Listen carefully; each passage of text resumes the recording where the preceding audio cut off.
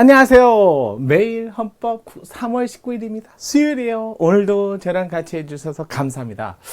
제가 일요일날 강의를 하면서 조금 말실수를 했더라고요. 정당회사는 정부가요, 정부가. 제가 국회라고 했다고 해가지고 큰일 날 뻔했어요. 죄송합니다. 이런 거 바로바로 알려주시면 바로바로 시정할게요. 여러분들이 댓글에 많이 달아주셨더라고요. 감사합니다. 댓글 자꾸 적어주세요. 그냥 보고만 가지 마시고요. 오늘 뭐 이런 거 좋았다. 이렇게 되는 거 어떻겠냐. 이런 거 또는 이런 강의 좀 듣고 싶다. 이런 거 적어주시면요. 제가 시간 나는 대로 다 여러분의 의견을 반영하도록 하겠습니다. 기브 앤 테이크. 이 손바닥도 맞춰야 소리가 나죠. 제가 일방적으로 하는 것보다 여러분도 적극적으로 저랑 같이 해 주시길 바랄게요. 자, 그러면 3월 19일입니다. 수요일 경정 승진 문제였고요. 적법절차 원칙 가장 무난하고 기본적인 내용이지만 그래도 꼭 알아야 하는 내용인 것 같아요. 살펴볼게요. 자, 그래서 경정 승진 25년 문제인데요. 적법절차 원칙 현행헌법에 처음 들어왔죠. 요거 한번 정리해보고 그 다음에 문제 보도록 할게요. 자, 이거 기본적으로 다 아시는 분은 아시겠지만 현행헌법에 처음 들어왔어요. 헌법 하에서 처음 들어왔죠. 그러니까 9차 개헌 때, 개헌 때 처음 우리 헌법에 유입됐고요.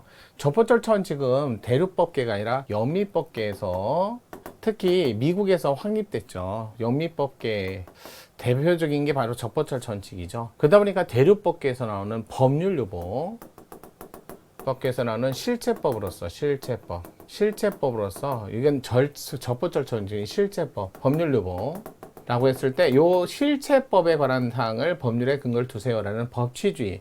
과거에는 법치주의가 요거밖에 없었어요. 법치주의가.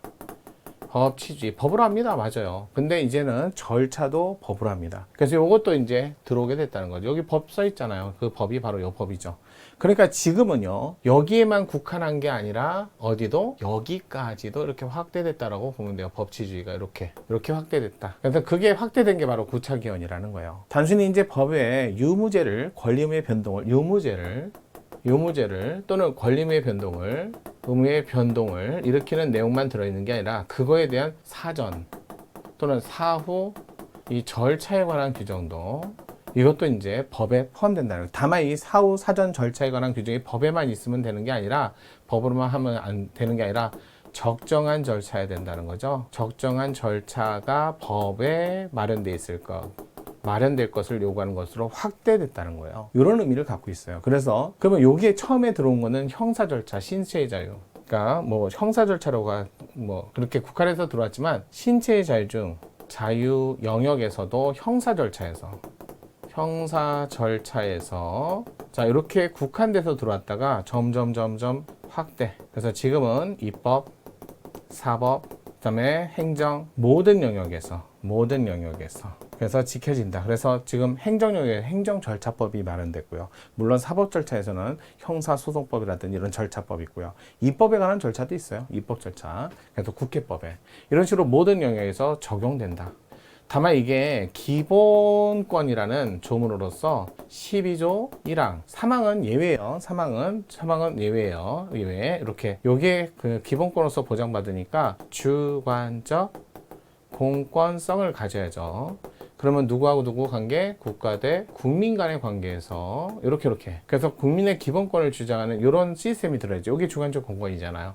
하지만 국가 내부에서 벌어지는 탄핵 절차 있죠. 탄핵. 자, 이거는 탄핵 절차는 국회하고 어떻게 보면 고위직 공직자 그래서 대통령, 국회 대표주의잖아요. 요즘에 대통령 또는 국회 또는 대국회 행안부 장관 이런 고위직 공무원 한마디로 내부 문제잖아요. 자, 그러면 여기는 국가 국민 간의 관계가 아니니까 이 내부에서도 적법 절차는 적용됩니다. 절차는 당연히 적용되죠. 적용되는데 이들만의 절차라는 거예요. 기본권으로서 적법 절차 원칙이 어디에 그대로 적용되지는 않죠. 그대로는 아니고요. 단순히 그들 안에서 리그만의 적법 절차 이렇게 보시면 돼요. 탄핵 절차도 그들 리그만의 적법 절차 있어요. 그러니까 요거를 그대로 적용한다 그러면 틀린 지금 주관적 공권의 성격을 갖는 기본권의 적법 절차 원칙을 내부적 절차에 그러면 다른 말로 탄핵 절차에 그대로 적용된다 그러면 틀린 지문이에요. 요것만 좀 조심하시고요. 그런 다음에 이제 조문으로서 12조 1항 그다음에 사망과의 관계 1항은 모든 영역에서 쓰는 거예요. 모든 영역. 그러니까 적법절차 원칙을 모든 영역에서.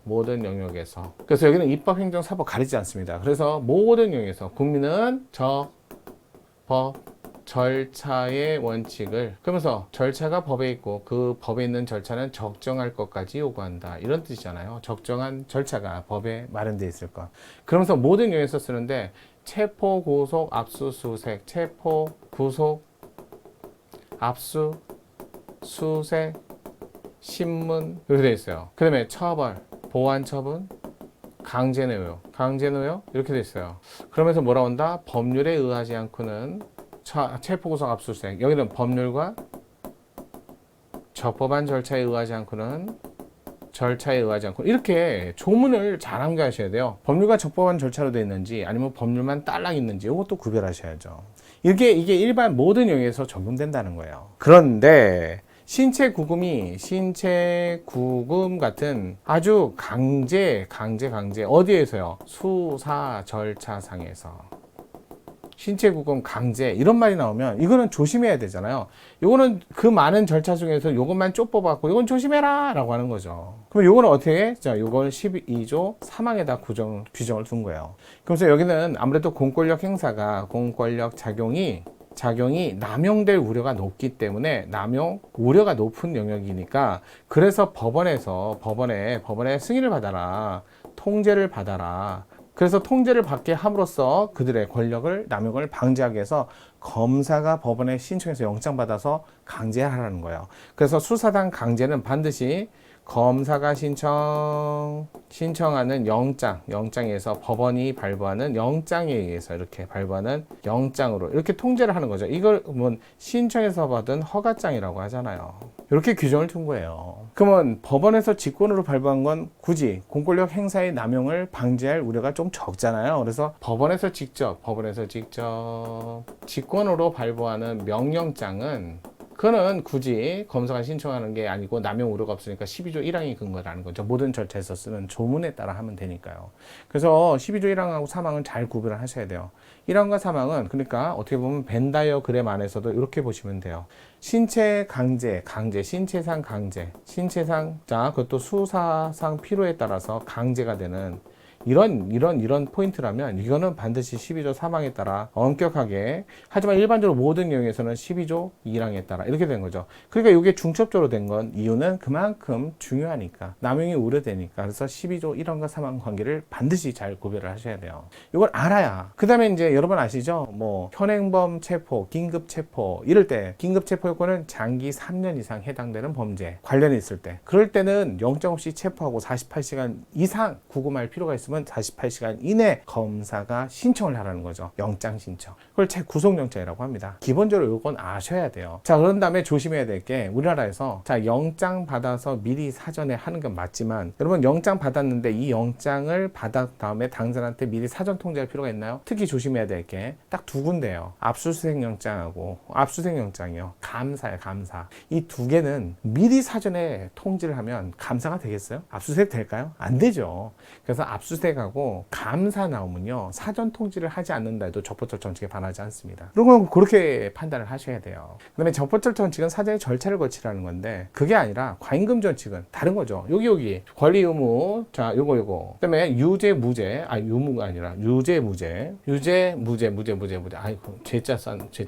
이걸 정할 때는 과잉금지 원칙 여부를 검토합니다. 과잉금지 원칙을 가지고 위반 여부를 검토해요. 하지만 여기는 사전 절차를 거쳐야 되는데 절차를 거치지 않았다. 있다 없다 문제잖아요. 그랬을 때 조금 전에 얘기한 대로 감사나 또는 압수수색 영장은 사전 통지를 하지 않는다 해도 반하지 않습니다. 자, 하지만 여기는 과잉금지 원칙이니까 심하게 하지 마세요. 적법절차 원칙을 준수했다 해서 과잉금지 원칙을 준수한 건 아니에요. 여러분 명확성 원칙에 반하지 않았다. 그러면 반드시 과잉금지 원칙도 반하지 않는 건가요? 그건 아니죠. 명확성 원칙에 반하지 않지만 과잉금지 원칙에 반할 때도 있어요. 비방이라는 목적으로 선거운동을 했을 때, 처벌하는 조항에 대해서 판단을 했을 때 그렇게 했잖아요. 24년도 판례지만 마찬가지예요. 적법절차 원칙에 반하지 않았다? 그래도 과잉금지 원칙 여부를 검토해서 과잉금지 원칙을 또 위반했는지를 봐야 돼요. 자, 대표적인 게 우리나라에서 자, 정신병원 강제 입원 치료할 적에 의사 1인 전문의, 그 다음에 가족관계 2인, 동의만 있으면 자 일률적으로 예의 없이. 왜요? 이거 적법절차원 측에는 반하지 않았어요. 문제는요.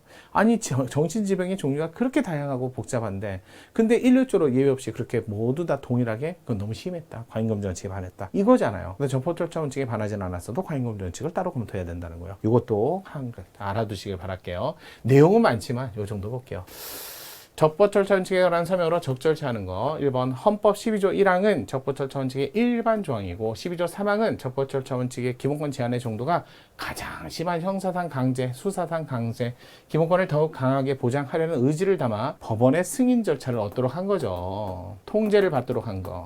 그래서 12조 3항은 검사에게 영장 신청권을 준 게 아니라 법원의 통제를 받으라는 근거 조문이에요. 왜 그걸 잘못 이해하면 안 되죠? 맞습니다. 2번 적법절차 원칙은 형사소송 절차에 국한하지 않고 모든 국가작용, 전반에 적용, 국민에게 부담을 주는 행정작용, 과징금 부과 절차에서도 적법절차 원칙은 준수되어야 된다. 맞죠? 세 번째, 징벌 혐의 조사를 위해서 14일간 징벌이니까요. 이런 말 나왔을 때 내부적.